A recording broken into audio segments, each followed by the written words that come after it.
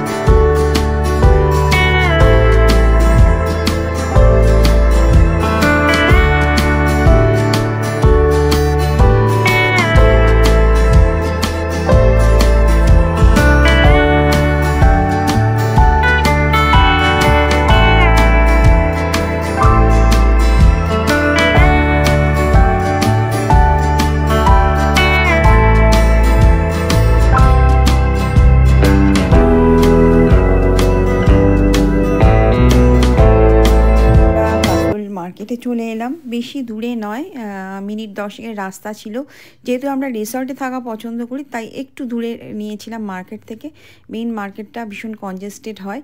তো এইখানে দুপাশে এই হিপিদের মতন কিছু পায়জামা দেখছিলাম আমরা, তো কিন্তু আমরা নিইনি। এগুলো কিন্তু গরম বেশ, মানে এখানে প্রচুর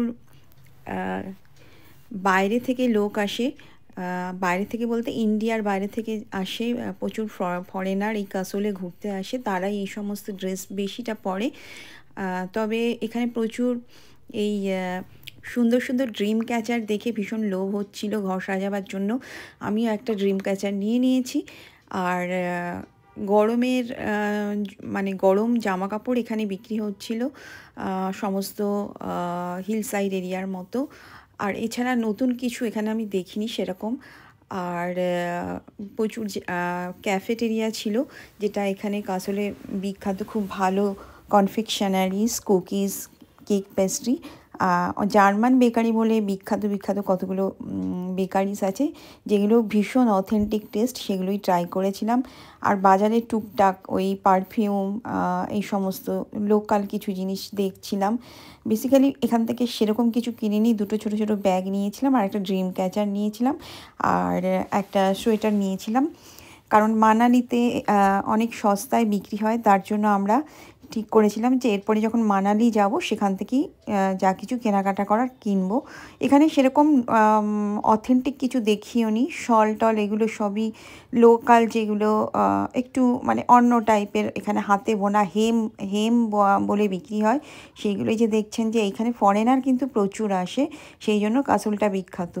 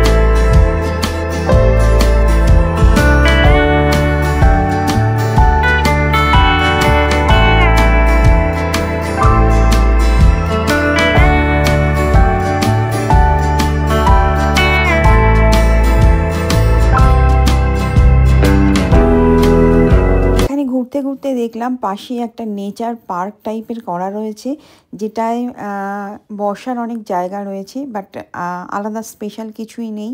তো সেই জন্য আর আমরা ঢুকিনি ভেতরে। আর আমাদের খুব খিদেও পেয়ে গেছিলো, ঘুরতে ঘুরতে লাঞ্চ আওয়ারে চলে এসেছিলো। তো আমরা খুঁজছিলাম যে কোথায় একটু ভালো কিন্তু চিপ রেটে খাওয়া যাবে। কিন্তু এখানে কিন্তু খাবার দাবার কিন্তু লিটল বিট এক্সপেন্সিভ দেন মানালি। মানালি থেকে একটু এক্সপেন্সিভ আছে এখানে খাবার দাবার, কিন্তু খাবার দাবার কিন্তু একটু বিদেশি ছোঁয়া রয়েছে। মানে এখানে ঠিক দেশি টাইপের খাবার খুব বেশি পাওয়া যায় না, যেটা ইন্ডিয়ান মিল বলে। এখানে পিৎজা বা লাসানিয়া বা ওই টাইপের জিনিসগুলো, ইটালিয়ান খাবার খুব বিক্রি হচ্ছিল দেখছিলাম। আমরাও সেগুলো দিয়েই লাঞ্চ করেছিলাম। তো রাস্তায় ঘুরতে ঘুরতে আমরা দেখছিলাম যে কোথায় ভালো খাবার পাওয়া যায়। ভালো খাবার বলতে অ্যাটলিস্ট খাওয়া যাবে, মানে তো ওই নেচার পার্কের পাশ দিয়ে একটা রাস্তা ঢুকে গেছে। সেই রাস্তাটা অনেকটা হেঁটে এসে একদম পার্বতী রিভারের ধারে একটা ক্যাফেটেরিয়া ছিল, যেটার নাম ছিল অফ লিমিট। বেশ পপুলার ক্যাফেটেরিয়া এবং অনেক বড়। তার সঙ্গে এখানে হোটেলও ছিল অফ লিমিটের, বাট আমরা ক্যাফেটেরিয়াটাই খুঁজে পেয়েছিলাম এবং ওখানেই আমরা লাঞ্চ করেছিলাম।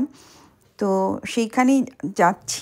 এই হচ্ছে সেই অফ লিমিট ক্যাফেটেরিয়া, যেখানে স্ক্যান করে খাবার অনলাইনে অর্ডার করতে হয় এবং তারপর টেবিলে খাবারটা চলে আসে। এই তথাকথিত এরকম মেনু কার্ড থাকে না, বাট আসলে এতটা মানে ইন্টিরিয়ারে এরকম ইউরোপিয়ান স্টাইলে খাবার অর্ডার করাটা আমরা বেশ এনজয়ই করছিলাম। এই যে স্ক্যানার আছে, এই স্ক্যানার দিয়ে মোবাইলের মাধ্যমে অর্ডার করলে ওই টেবিলে চলে আসে, পেমেন্টও ওই স্ক্যানারের মাধ্যমেই একসঙ্গেই হয়ে যায়। তো এখানে অনেকেই হাত পা ছড়িয়ে বই পড়ছিল, গান শুনছিল। মানে কাসল একটা খুব বেশি দেখার জিনিস নেই নেচার ছাড়া, বাট ওই অনেকেই রিল্যাক্স করতে আসছি। খুবই পিসফুলি একটা জায়গা। আমরাও মিঠি রোদ্দুরে এই রিভার সাইড ক্যাফেটেরিয়ায় এনজয় করছিলাম খাবার। আমরা লাসানিয়া, একটা চিকেন লাসানিয়া এরম টাইপের একটা খাবার অর্ডার করেছিলাম, কারণ আমি বারবারই বলছি এখানে কিন্তু ইন্ডিয়ান ফুড অত বেশি পাওয়া যায় না। এখানে প্রচুর বাইরে থেকে মানুষজন আসেন, তার জন্য অবশ্যই পাওয়া যায়, বাট লিটল বিট কম আছে। তো যাই হোক, আমরা এই আশেপাশটা আমি একটু ভালো করে ভিডিও করলাম এই অফ লিমিট ক্যাফেটেরিয়াটার।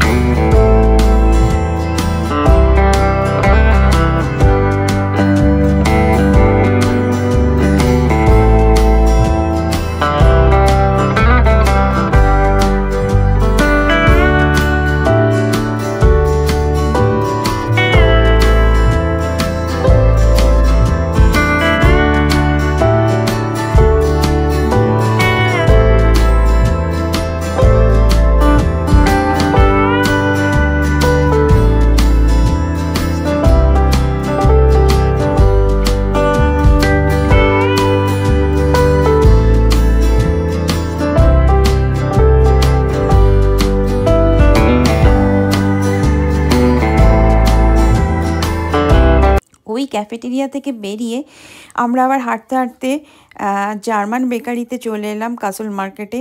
এইখানে জার্মান বেকারির নাম তো অনেক আগেই শুনেছিলাম, ফেমাস কাসলে। তো এইখানে কুকিজ, পেস্ট্রি আর কফি ট্রাই করলাম। মানে সত্যি বলছি, কফিটা অসাধারণ করেছিল, আর পেস্ট্রি আর কুকিজ তো দারুণ ছিল। কিন্তু জার্মান বেকারি নামে অনেকগুলোই বেকারি ছিল, কনফিউজ হয়ে একটাতেই ঢুকেছিলাম। তো সেটার অ্যাম্বিয়েন্সটা এরকম ছিল, খুব বড় বড় বেকারি যেমন নয়, বাট ছোট। এই যে এত খাবার দাবার সব রয়েছে, কুকিজ আর পেস্ট্রি প্যাটিস, তো আমরা সেগুলোই ট্রাই করছিলাম একটা একটা করে নিয়ে।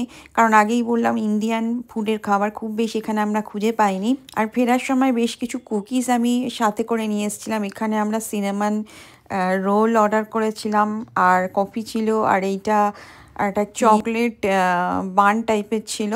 তো সেগুলোই আমরা ট্রাই করছিলাম, খুবই ভালো টেস্ট ছিল। আর এদের কোনো পুরনো খাবার ছিল না, মানে খুবই অল্প করে বানায় আর সঙ্গে সঙ্গে সার্ভ করে দেয়। আর এইখানে আমরা সন্ধেবেলার এইটা দৃশ্য, এখানে এই রিসর্টটা কিন্তু পেট ফ্রেন্ডলি, প্রচুর পেট আছে, ডগ আছে, ল্যাব্রাডর, দেশি কুকুর এবং পার্সিয়ান ক্যাট ট্যাট রয়েছে। তো বনফায়ার, প্রত্যেক দিন এখানে বনফায়ার হয়, এবং আপনারা চাইলে এখানে ওরা নানান রকম জিনিস গ্রিল করে দেয়। তো আমি এখানে অর্ডার করেছিলাম ট্রাউট ফিশ। তো এই ট্রাউট ফিশ এসে গেছে, আমরা স্যালাড উইথ ট্রাউট ফিশ এটা খাবো। তো এটা স্ন্যাক্স হিসেবে খাচ্ছি আমরা। তো কিন্তু এটা বুঝতে পারিনি, রাত্রিরের জন্য আমরা অর্ডার করেছিলাম চাইনিজ নুডলস আর চিলি চিকেন। বাট এই ফিশটা খেয়ে না পুরো পেট ভরে গেছিলো, আর মানে একটাই খেতে পেরেছিলাম, মানে একটা ডিশ খেতেই পারিনি। তো আর এই হচ্ছে বনফায়ার। আর রিসোর্টের পাশেই কিন্তু পার্বতী রিভার বয়ে যাচ্ছে, সুন্দর হাওয়া দিচ্ছে, আর তার সঙ্গে বনফায়ার, আর তার সঙ্গে ট্রাউট ফিশ তন্দুর করে দিয়েছিল।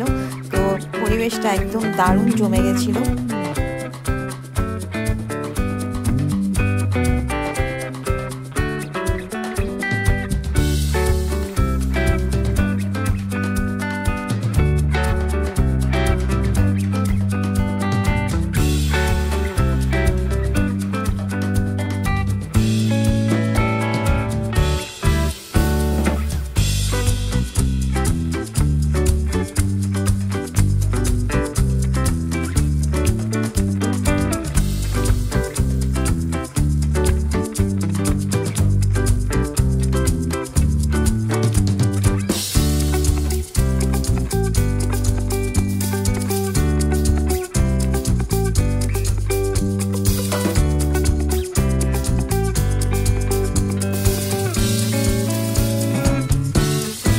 এইটা হচ্ছে পরের দিনের ভিডিও। আমরা পরের দিন চেক আউট করে সকাল সকাল 9টা নাগাদ বেরিয়ে পড়লাম মানালির উদ্দেশ্যে।